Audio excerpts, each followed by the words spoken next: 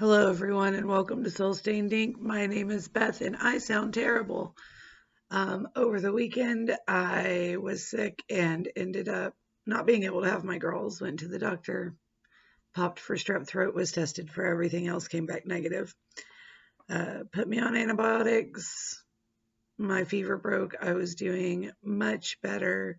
Went to school Monday, and I work at a school where I drive an hour, get there by 7:30. School starts at 7:50. The kids go till 4:30. I can leave at 4:45. Okay, because it's a 4-day-a-week school. The days go by quickly. Awesome staff, awesome kids. I really enjoy my new job. However, by the time I got done, went and had dinner with my kids and parents because I hadn't seen them all weekend. And Tuesday was Elena's birthday. I was just very worn down. Got home, went to bed, woke up feeling a little worse, but we had a lot of rain come through, whatever. Get to school, I'm dragging all day, and they're like, we're going to test you. And I popped for COVID. Now, my doctor says that strep can sometimes pop for COVID on the little at-home test that we use at school and at offices and things. He thinks what happened is that I am very worn down and I'm not taking care of myself, and my body took the chance to mutate strep and bronchitis and popped it. But either way, I have to be in quarantine for 5 days, meaning I didn't see Elena on her birthday. I don't get to go to school today or tomorrow, and I can't get the girls for the weekend because I have to be isolated until Sunday morning. At the earliest, if my voice is still like this, if I'm still tired, etc., I have to stay home. I have to continue quarantining until I'm asymptomatic. However, I did get book mail, so I'm going to try to distract myself by showing you guys books. Now, I have one book that was sent to me from Elizabeth. Lizzie Faye Loves Books. 2 that I ordered just because they sounded awesome and I wanted them. And then 17 that are for the 2 college classes I'm taking this semester, which start this coming Monday. There are 3 books that I still don't have 3 books that didn't come in with it for these classes. 1, I already owned that particular edition, and 2, they were on back order, and I will get them in the next couple of days, or actually whenever I can go back to the post office. I'm going to stop talking and just start showing you the books. This is the one from Elizabeth. Carlos Ruiz Zafon, The Prisoner of Heaven.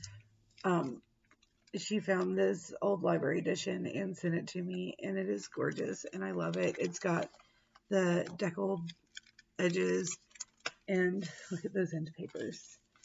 We read the entire series together, and it is one of my favorite series of all time. Carlos Ruiz Zafon is one of my favorite authors of all time, and when she asked me if I needed a copy, and I said yes, I was not expecting how much I was going to need it when I got the mail. But feeling the way I was feeling when I opened this, because I opened it yesterday,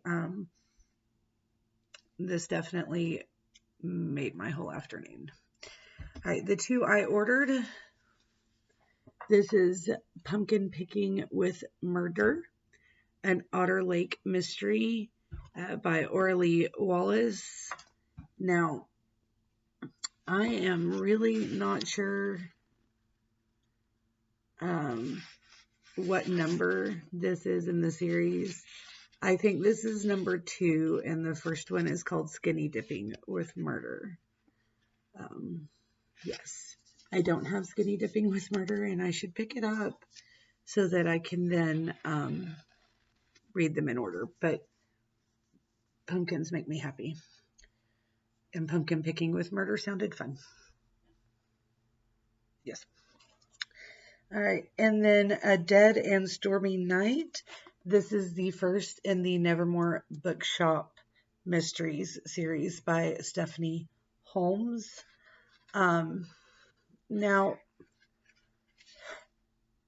this, I can't remember if this author or just someone who had recently read the books is on TikTok, but I watch a lot of book talk, and I think this author was saying the premise of her book and then showed the cover, and I was like, oh. Yes. Same thing happened with this one, by the way. So those are the 3 non-school related books. So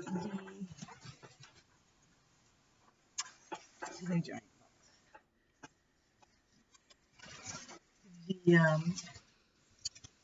classes that I'm taking, the courses I'm taking this semester, there's no way to make the back door be less obnoxious. I'm sorry.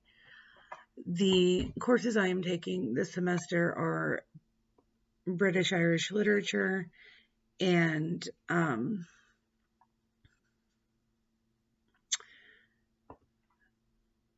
American literature, but it's like major voices in American literature or something like that.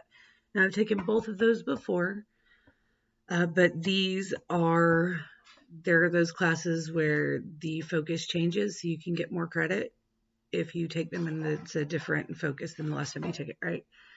So British literature, last time I took it, we did like modern, and this time we are doing like Gothic.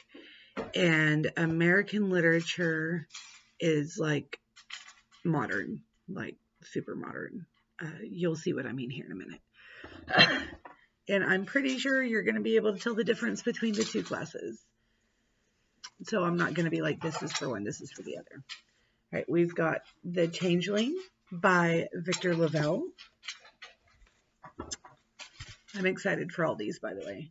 We have Arthur Conan Doyle's The Hound of the Baskervilles.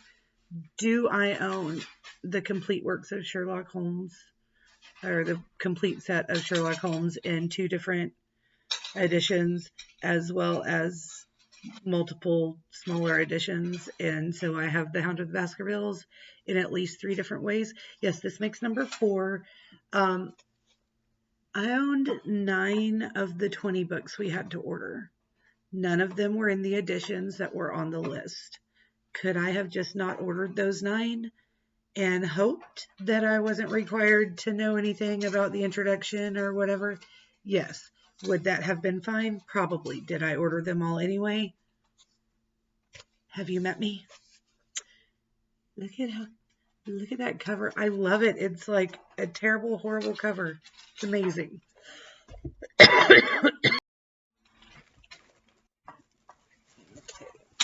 And then we have The 5th Season by N.K. Jemisin.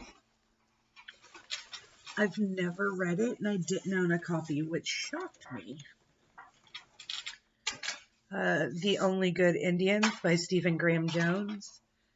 I have heard so much about this, but again, had not picked up a copy yet, so I'm super excited that that is on our list for the fall.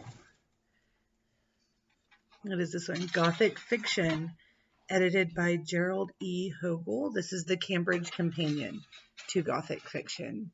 And I'm honestly super excited that we have that. I'm a nerd. I'm aware. It's fine.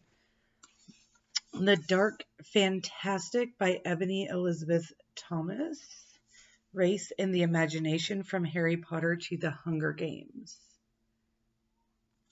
I cannot wait. I may start reading this one like now, even though classes don't start for 7 days, something like that. All right, then I've got Late Victorian Gothic Tales from Oxford World's Classic.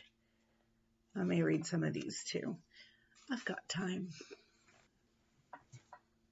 Let's see. Robert Louis Stevenson's Strange Case of Dr. Jekyll and Mr. Hyde and Other Tales. This is another Oxford World's Classics.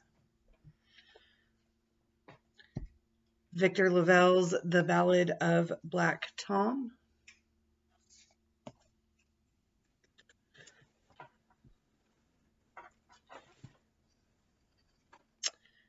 This one is, God, that cover, that's amazing.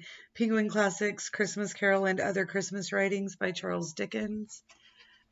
Yes, I actually own a whole classroom set of Christmas carols, but this one has the other Christmas writings and introduction and things like that that I thought we might need. Next, I've got In a Glass Darkly by Sheridan Le Fanu. This is another Oxford World's Classics. I've got Elizabeth Gaskell's Gothic Tales. And this Penguin Classics has an amazing cover. I love that cover. Clara and the Sun, a novel by Kazuo Ishiguro.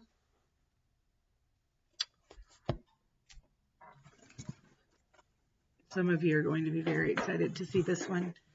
Lovecraft Country by Matt Ruff. The ladies over at, are they still the Spine Breakers? I don't know. I'm really not sure if they're still the Spine Breakers or not. Megan and Susan, they read this and their commentary on it was very funny. I'm really looking forward to reading it. I couldn't find it in West Texas. But I'm glad it was on the list. And then The Picture of Dorian Gray by Oscar Wilde. This one is edited by Michael Patrick Gillespie, and this is the Norton Critical Edition. The reason I went ahead and ordered this one in the edition that he had listed was not because I was worried about not knowing anything about Oscar Wilde or something that I had somehow missed, because I did in-depth research last year when I taught it for the first time. But I am teaching senior English again, and I am hoping to teach The Picture of Dorian Gray. And I feel like this is going to have some really good information that I can synthesize and provide to my students possibly in a better way than I did to the ones I had last year, if that makes sense. Wuthering Heights by Emily Bronte. I've read this book one time in my life and I completely despise it, but I do own a super nice copy. So why did I get this one? Again, it's the Norton Critical Edition. And then the last book that I have in this box is Dracula by Bram Stoker. This is the second Norton Critical Edition. Do I own at least one copy, but I think that I own two that are in the house, and I know exactly where at least one of them are. Yes, but it's the Norton Critical Edition. Now, the other book that I own already, so did not order in this grouping, is Mexican Gothic, and I still haven't read that, even though it's been sitting by my bed for almost a year now. So I pulled that one out, and it's over there on the shelf, ready for classes to start on Monday. So I'm only 2 books short for my classes this fall, and those should be in by the weekend. That's all I've got for you guys. 3 stacks of books that I didn't need, but I'm super excited to have, and 2 classes that I'm looking forward to starting on Monday. I hope you guys are having a great week. At least a good week, better than I'm having. I hope y'all are doing good. Stay safe out there. Bye.